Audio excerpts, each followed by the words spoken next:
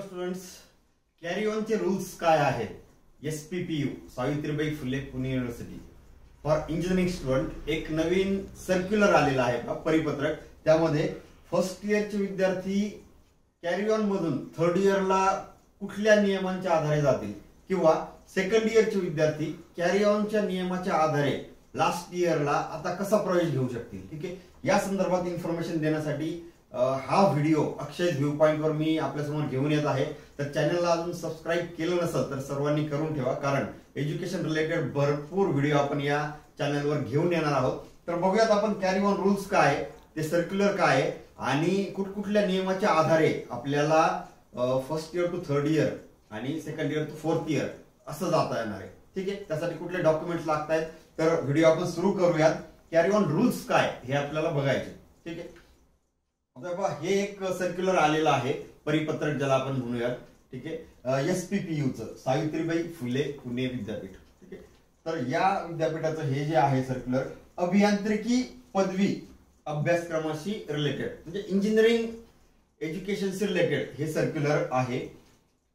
तर शासन आदेश जो आला होता 10 फेब्रुवारी 2025 रोजी, त्यानुसार हा एक सर्क्युलर युनिव्हर्सिटीने घेतलेला आहे. तर आता आपण या सर्क्युलर मध्ये काय आहे डिटेल मध्ये ते एकदा बघूयात. परत एकदा सांगतो मी, हे इंजिनिअरिंग स्टुडंट साठी हे सर्क्युलर असेल. ठीक आहे, कॅरी ऑन आपल्याला माहितच आहे नेमकं काय आणि त्याची नियमावली आता आपल्या या सर्क्युलरच्या माध्यमातून मी तुमच्या समोर सांगतो आहे. ठीक आहे, तर आता त्याचे काही रूल्स त्यांनी त्या सर्क्युलर मध्ये दिलेले आहेत. तर 5 रूल्स इथे आहेत. वन बाय वन आपण एक एक रूल बघूयात. तो नेमका रूल काय आहे, तर या सर्क्युलर मध्ये असं सांगितलंय की कॅरी ऑन साठी काय तुम्हाला निकष आवश्यक आहेत. प्रथम वर्षामध्ये अनुत्तीर्ण असणाऱ्या विद्यार्थ्यांना तृतीय वर्षाच्या 5व्या सत्राकरता, म्हणजे काय की फर्स्ट इयरचे जे स्टुडंट आहेत ते 5वं सेमिस्टर थर्ड इयरचं, ठीक आहे, या 5व्या सेमिस्टर करता किंवा द्वितीय वर्षातील अनुत्तीर्ण असणाऱ्या विद्यार्थ्यांना चतुर्थ वर्षाच्या 7व्या सत्राकरता, म्हणजेच काय की सेकंड इयरच्या विद्यार्थ्यांना 7वं सेमिस्टर चौथ्या इयरचं, ठीक आहे, या सत्राकरता, तसेच वरील वर्गात प्रवेश देण्याची पात्रता ही आतापर्यंत काय राहिलेली आहे. त्यांनी इथं सांगितलंय की समसत्र म्हणजे 23-24 समर एक्झाम, उन्हाळी एक्झाम, समर एक्झाम जी आहे त्या परीक्षेच्या आधारे आतापर्यंत दिली जायची किंवा मागच्या वर्षीपर्यंत देण्यात आली होती. ठीक आहे, आता त्याऐवजी विषम सत्र म्हणजे इव्हन सेमिस्टर. ठीक आहे, जसं सेकंड, फोर्थ, 6, 8 त्याला आपण इव्हन सेमिस्टर म्हणू. ठीक आहे, समसत्र म्हणजे odd semester, first, third, fifth, 7 त्या टाइप. ठीक आहे, आता त्याऐवजी काय म्हणलंय की 2024-25 ची हिवाळी परीक्षा म्हणजे विंटर एक्झाम जी तुम्ही ऑक्टोबर, नोव्हेंबर किंवा डिसेंबर मध्ये दिलेली असेल या निकालावर ठरवावी. आता हे बघा, ही समर एक्झाम जी 2023-24 ला झाली होती त्या इयर मध्ये काही विद्यार्थी असे असतील की त्यांचा फर्स्ट इयरचा सब्जेक्ट बॅक असल्यामुळे त्यांना थर्ड इयरला जाता आलं नाही. म्हणजे काय की तुम्ही सध्या सेकंड इयरला आहात, सेकंड इयरचे सब्जेक्ट जरी ऑल क्लिअर असतील किंवा 1-2 विषय राहिले असतील, तुम्हाला थर्ड इयरला जाता येत आहे. ठीक आहे, म्हणजे तुम्ही सेकंड इयरच्या रिझल्ट वरून थर्ड इयरला पात्र आहात, पण फर्स्ट इयरचा विषय तुमचा बॅकलॉग होता उन्हाळी परीक्षामध्ये. समर एक्झाम मागची ज्यावेळेस झाली 23-24 ला त्यावेळेस बॅकलॉग होता. फर्स्ट इयरचा बॅकलॉग असल्यामुळे तुम्हाला थर्ड इयरला जाता आलं नाही, सेकंड इयरचे विषय जरी क्लिअर असले तरी सुद्धा. तसंच काही विद्यार्थी असतील की जे सेकंड इयरला म्हणजे थर्ड इयरला सध्या आहेत किंवा होते, तर त्यांचा फोर्थ इयर आता यायला पाहिजे होतं, पण सेकंड इयरचे विषय राहिल्यामुळे त्यांना फोर्थ इयरला प्रवेश घेता आलेला नाहीये. ठीक आहे, अशा विद्यार्थ्यांनी काय केलं की उन्हाळ्यात त्यांचा जेव्हा निकाल लागला होता 2023-24 साली अकॅडमिक इयर मध्ये, म्हणजे समर 2024 साली जी परीक्षा दिली त्यानंतर निकाल लागला आणि काही कारणास्तव तुम्हाला फर्स्ट इयरचे बॅकलॉग असल्यामुळे थर्ड इयरला जाता आलं नाही, सेकंड इयरचे बॅकलॉग असल्यामुळे फोर्थ इयरला जाता आलं नाही, अशा विद्यार्थ्यांनी हिवाळी परीक्षा म्हणजे विंटर एक्झाम नोव्हेंबर, डिसेंबर 2024 ला जी एक्झाम दिली त्यामध्ये त्याचे निकाल आता लागलेत. पहा, काही निकाल म्हणजे सेकंड इयर, थर्ड इयर जानेवारी मध्ये लागले असतील, काही निकाल फेब्रुवारी मध्ये लागले असतील. ठीक आहे, काही फर्स्ट इयरचा तर मार्च मध्ये लागेल अजून. ठीक आहे, असे जे काही विद्यार्थी आहेत, ठीक आहे, की ज्यांनी हिवाळी परीक्षा दिली, विंटर एक्झाम दिली आहे आणि त्या एक्झाम मध्ये त्यांचा फर्स्ट इयरचा विषय निघालाय, सेकंड इयर तर ऑल क्लिअर आहेच, आता त्यांना थर्ड इयरला सध्या ते जाऊ शकतात. याआधी काय होतं की तुमचं एक वर्ष पूर्णपणे वायाला जायचं, ठीक आहे, एक वर्ष तुमचं वेस्ट जायचं जरी तुमचे हिवाळ्यात विषय निघाले तरी सुद्धा, ठीक आहे. म्हणजे ऑक्टोबर नोव्हेंबरच्या एक्झाम मध्ये विषय निघालेत. आता तुम्हाला विद्यापीठानं संधी उपलब्ध करून दिली की जर तुमचं या स्टेजला म्हणजे फेब्रुवारी 2025 ला जर तुमचं फर्स्ट इयरचे सब्जेक्ट सर्व क्लिअर आहेत, सेकंड इयरचे सुद्धा सब्जेक्ट काही निघालेले आहेत किंवा तुम्ही पात्र आहात थर्ड इयरला जाण्यासाठी, म्हणजे हा क्रेडिट सिस्टीम आहे पहा पुणे युनिव्हर्सिटीमध्ये. फॉर एक्झाम्पल 44 क्रेडिट वर्षाचे असतील तर तुम्हाला 22 क्रेडिट लागतात पुढच्या वर्षी जाण्यासाठी. म्हणजे एखादा विद्यार्थी सेकंड इयरला आहे आणि त्याला थर्ड इयरला जायचं, त्याचे 22च्या पुढे क्रेडिट भरतायत किंवा सगळे विषय क्लिअर आहेत, पण फर्स्ट इयरचा राहिल्यामुळे थर्ड इयरला जाता येत नव्हतं. आता विंटर एक्झाम मध्ये ऑक्टोबर नोव्हेंबर एक्झाम मध्ये त्यांनी विषय क्लिअर केलेत. आता फेब्रुवारीमध्ये रिझल्ट लागलाय. आता तो विद्यार्थी थर्ड इयरला जाऊ शकतो, ठीक आहे. किंवा सेकंड इयरच्या बॅकलॉगमुळे ज्याला फोर्थ इयरला जाता येत नव्हतं, आता तो विद्यार्थी रिझल्ट लागल्याच्या नंतर विंटर एक्झामचा आता तो विद्यार्थी लास्ट इयरला जाऊ शकतो. असे जे विद्यार्थी आहेत तर त्यांना या विंटर एक्झाम वरूनच, समर एक्झाम नाही, विंटर एक्झाम वरूनच, ठीक आहे, म्हणजे हिवाळ्यात जी आता परीक्षा झाली त्या निकषावरून, त्या रिझल्ट वरून तुम्हाला पुढचं इयर घेता येणार आहे. त्यासाठी एक कंडिशन मी इथं दिली बा, student must clear all the subject of first year in case he or she wants to take admission in third year. Second इयरच्या विद्यार्थ्याला थर्ड इयरला जाता आलं नाही कारण फर्स्ट इयरचा पेपर बॅक होता. आता त्यांनी जर फर्स्ट इयरचे सगळे विषय काढलेत मग त्याला थर्ड इयरला जायचंय तर तो जाऊ शकतो, पण कसं? किंवा थर्ड इयरच्या विद्यार्थ्याला सेकंड इयरचा विषय बॅक असल्यामुळं फोर्थ इयरला जायचंय, पण सेकंड इयरचे सगळे विषय त्याचे क्लिअर पाहिजेत. मग थर्ड इयरचे एखाद दोन बॅक असतील किंवा क्रेडिट भरत असतील तर चालतंय. मग अशा विद्यार्थ्यांना एक संधी उपलब्ध करून दिली की ही आत्ताची एक्झाम जी झाली विंटर, मी हा व्हिडिओ जो बनवतोय तो 24 फेब्रुवारी 2025 रोजी बनवतोय. या डेटला ज्या विद्यार्थ्यांचा आधी रिझल्ट लागलेला आहे तर अशा विद्यार्थ्यांचं त्यांना पुढे जायचंय, त्यासाठी कुठकुठल्या नियमावली आहेत ते बघू. पहिला नियम मी तुम्हाला सांगितला की त्यांना ते जाता येणार आहे. ओके, आपण दुसरा नियम बघूयात. ठीक आहे, आता हा सेकंड रूल बघा. अशा प्रकारे पात्र ठरलेल्या विद्यार्थ्यांच्या शैक्षणिक वर्ष 2024-25च्या म्हणजे हे जे इलिजिबल स्टुडंट आहेत, ठीक आहे, त्या विषम किंवा हिवाळी व सम उन्हाळी म्हणजे विंटर आणि समर एक्झाम सत्राच्या परीक्षा एकत्रित उन्हाळी सत्राच्या परीक्षांसोबत घेण्यात येतील. म्हणजे काय की student who fulfil the criteria are eligible for academic year 2024-25 म्हणजे तुमच्या ऑड सेमिस्टर किंवा इव्हन सेमिस्टर या दोन्हीही एक्झाम तुम्हाला आता उन्हाळ्याच्या एक्झाम मध्ये परीक्षेमध्ये देता येतील. म्हणजे काय की तुम्ही सेकंड इयरला होतात, फर्स्ट इयरचा बॅक असल्यामुळं मागच्या उन्हाळ्यात तुम्हाला आता थर्ड इयरला ऍडमिशन घेता आला नाही, ऑक्टोबर मध्ये तुमचा विषय निघाला. आता असे जे विद्यार्थी आहेत म्हणजे इलिजिबल कॅन्डिडेट, सेकंड इयर 22च्या पुढे क्रेडिट आहे, फर्स्ट इयर हे सगळं क्लिअर झालंय, अशा विद्यार्थ्यांना थर्ड इयरला आता ऍडमिशन घेता येईल. त्यासाठी काही नियमावली अजून देखील पुढे आहे, पण त्यांना दोन्हीही एक्झाम म्हणजे ऑड सेमिस्टर आणि इव्हन सेमिस्टर, दिवाळीच्या आधीचा जो अभ्यास झाला आणि आता दिवाळी नंतर उन्हाळ्यासाठी जो अभ्यास आहे, असे दोन्हीही सेमिस्टरचा अभ्यास एकत्रित करायचा आहे तुम्हाला. आणि दोन्ही विषयाचं काही जे प्रॅक्टिकल टर्मवर्क ओरल जे काय असेल ते आता तुम्हाला दोन्ही एक्झाम उन्हाळ्यामध्ये देता येतील. म्हणजे समर 2025 मध्ये तुम्हाला ती एक्झाम देता येईल.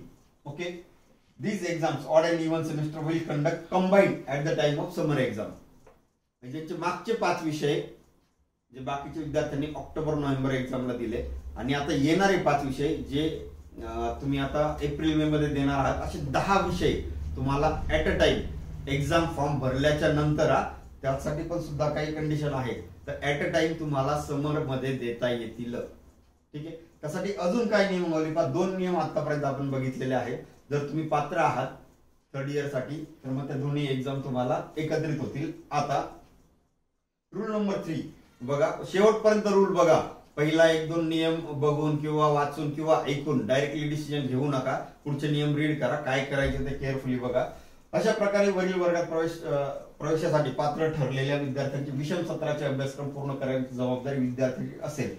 सगळ्यात महत्वाचा पॉइंट हा आहे, कॉलेजची जबाबदारी असण्यापेक्षा विद्यार्थ्याची पूर्णपणे रिस्पॉन्सिबिलिटी असणार आहे की त्यांनी it is responsibility of eligible student to complete the academics. मग ते तुमचा स्टडी अभ्यास असेल किंवा सबमिशन असेल मागच्या सेमिस्टरचं, ऑड सेमचं, 5व्या सेमचं किंवा 7व्या सेमचं, मग ते सबमिशन असेल, प्रॅक्टिकलचं आहे, ओरलचं आहे, फाईल कम्प्लिशन आहे, टर्म वर्क आहे, प्रोजेक्ट असतील, युनिट टेस्ट असतील एटसेट्रा. जे काही तुमचं वर्क तुमच्या कॉलेजनी आधी नेमून दिलंय तुम्हाला, युनिट टेस्ट का असेल, जे काही आहे सबमिशन ते कंप्लीट करण्याची जबाबदारी म्हणजे ऑड सेमिस्टरची कंप्लीट करण्याची जबाबदारी हे त्या विद्यार्थ्याची असेल. म्हणजे जर तुम्हाला असं समजलं की आता आपण कॅरी ऑन मध्ये आलेलो आहोत तर कॉलेजला आता विचारू नका की कॉलेज आपल्याला कधी सबमिशन मागेल, मग आपण कधी द्यायचंय. नाही, तुम्ही तुमची जबाबदारी इथं घ्यायची. त्यांनी सांगितलंय की ही जबाबदारी पूर्णपणे विद्यार्थ्याची असेल. तर तुम्ही कॉलेजला कॉन्टॅक्ट करायचा आहे, कुठल्या विषयाचं सबमिशन करायचंय, कुठल्या विषयाचं टर्म वर्क द्यायचंय, कोणत्या फाईल राईटअप करायच्या, विद्यार्थ्याची जबाबदारी असेल. पहिलं सेमिस्टर ते जे आहे ऑड सेमिस्टरचं सिलेबस कंप्लीट करणं, अभ्यास करणं, पेपर देणं. ठीक आहे, एक्झाम फॉर्म जर भरला तरच तुम्हाला पुढं एक्झाम देता येणार आहे. ठीक आहे. आणि अजून एक बाब, तसेच हमीपत्र विद्यार्थ्यांनी आपल्या महाविद्यालयाला अधिकृत करून जमा करणे आवश्यक आहे. आता एक student have to submit the authorise undertaking to college principal sir और इन्स्टिट्यूट और मॅनेजमेंट, जे काय असेल ते. ठीक आहे, तुम्हाला या संदर्भात की तुम्ही स्वतः अभ्यास कराल, स्वतः विषय काढाल, मागच्या सेमचे पण आणि ह्या सेमचे, त्याचं एक हमीपत्र म्हणजे एक अंडरटेकिंग. ती अंडरटेकिंग कशी तुम्हाला पुढे दाखवतो मी. ती अंडरटेकिंग जमा करणं ही पूर्णपणे विद्यार्थ्याची जबाबदारी असेल. हा नियम, तिसरा नियम जो आहे कॅरी ऑनचा, अतिशय महत्वाचा आहे. म्हणजे तुम्ही कुठल्याही कॉलेजला जर पात्र असाल तर कॉलेजवर डिपेंड राहायचं नाहीये. तुमची स्वतःची जबाबदारी आहे की अभ्यास कसा करायचा, सबमिशन कंप्लीट करून ते वेळेवर सबमिट करणं, तुमच्या स्टाफ मेंबर्स कडे ते जमा करणं. ठीक आहे, पूर्णपणे विद्यार्थ्याची जबाबदारी आहे. क्लिअर कट मेन्शन केलेलं आहे. तुम्ही हा जो काही सर्क्युलर आहे तो क्लिअर कट रीड करा, नंतरच पुढे प्रोसेस करा. ठीक आहे. हा, आता अंडरटेकिंग अशा टाईपचं एक अंडरटेकिंग असं तुम्हाला ऑलरेडी तुमच्या कॉलेजमधून मिळून जाईल किंवा जी PDF आलेली, सर्क्युलर आलेले आहे त्यामध्ये ती अंडरटेकिंग ऑलरेडी आहे. तुमचं नाव, फुल नेम वगैरे. आणि ऑथराइज अंडरटेकिंग म्हणजे काय की इथं कॉलेजचं सील आणि स्टॅम्प पाहिजे, त्याला आपण ऑथराइज अंडरटेकिंग म्हणतो. ते तुम्हाला जमा करायचं आहे तुमच्या कॉलेजमध्ये, एक्झाम सेक्शन मध्ये, ऑफिसमध्ये, जिथं कुठे असेल ते. ठीक आहे, अशा टाईपचे अंडरटेकिंग. आता रूल नंबर 4 बघूया. ठीक आहे, सदर सुविधा अत्यंत अपवादात्मक परिस्थितीमध्ये केवळ शैक्षणिक वर्ष 2024-25 करिताच लागू करण्यात आलेली असून या निर्देशांकाचा संदर्भ पुढील वर्षामध्ये घेता येणार नाही.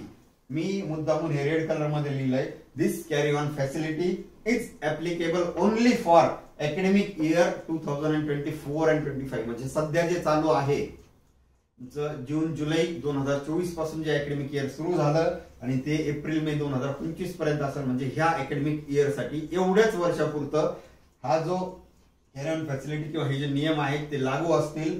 Student can not take reference of this carry on rules for the next year. पुढच्या वर्षासाठी तुम्ही असं म्हणायचं नाही की परत कॅरी ऑन येईल.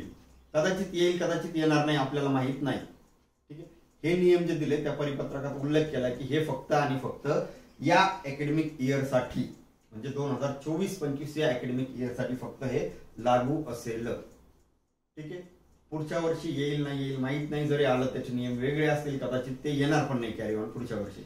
यावर्षी काही सर्कमस्टान्सेसमुळे त्यांनी कॅरी ऑन दिलेलं आहे. विद्यार्थ्यांना एक संधी दिलेली आहे, त्या संधीचं सोनं तुम्ही करावं अशी एक अपेक्षा आहे.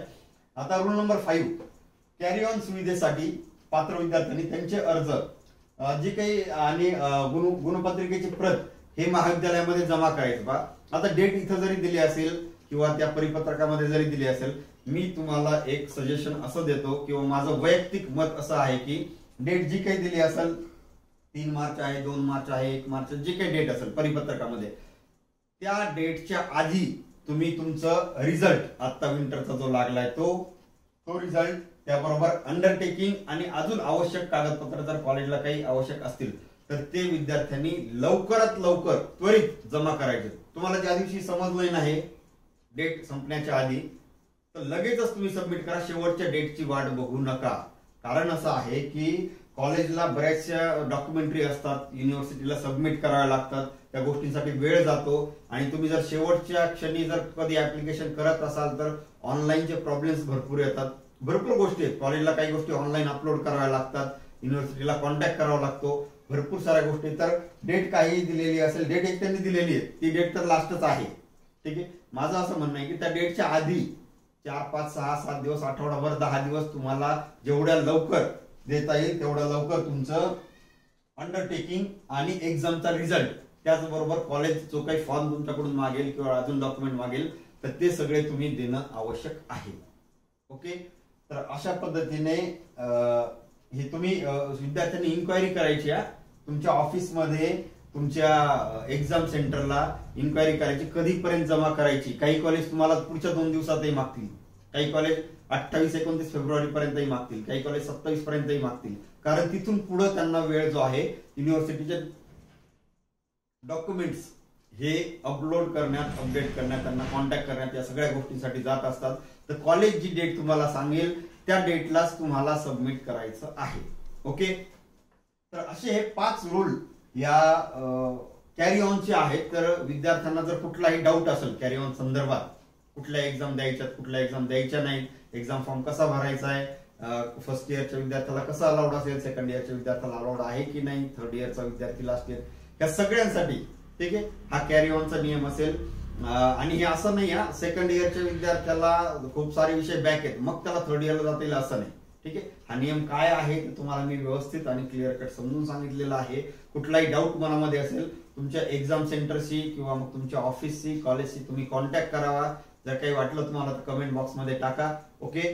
तर असे 5 रूल्स मी तुम्हाला सांगितलं आणि इथून पुढच्या अपडेटसाठी जे काही युनिव्हर्सिटीचे अपडेट्स येतील, मोर इन्फॉर्मेशन असेल, त्या सगळ्यासाठी तुम्ही या चॅनल बरोबर, अक्षय व्ह्यू पॉइंट बरोबर कनेक्टेड राहा. चॅनलला सबस्क्राईब केलं नसेल तर करून ठेवा. जास्तीत जास्त लोकांपर्यंत हे चॅनल, हा व्हिडिओ शेअर करा, जास्तीत जास्त लोकांपर्यंत पोहोचू द्या. व्हिडिओ शेवटपर्यंत बघितल्याबद्दल थँक्स.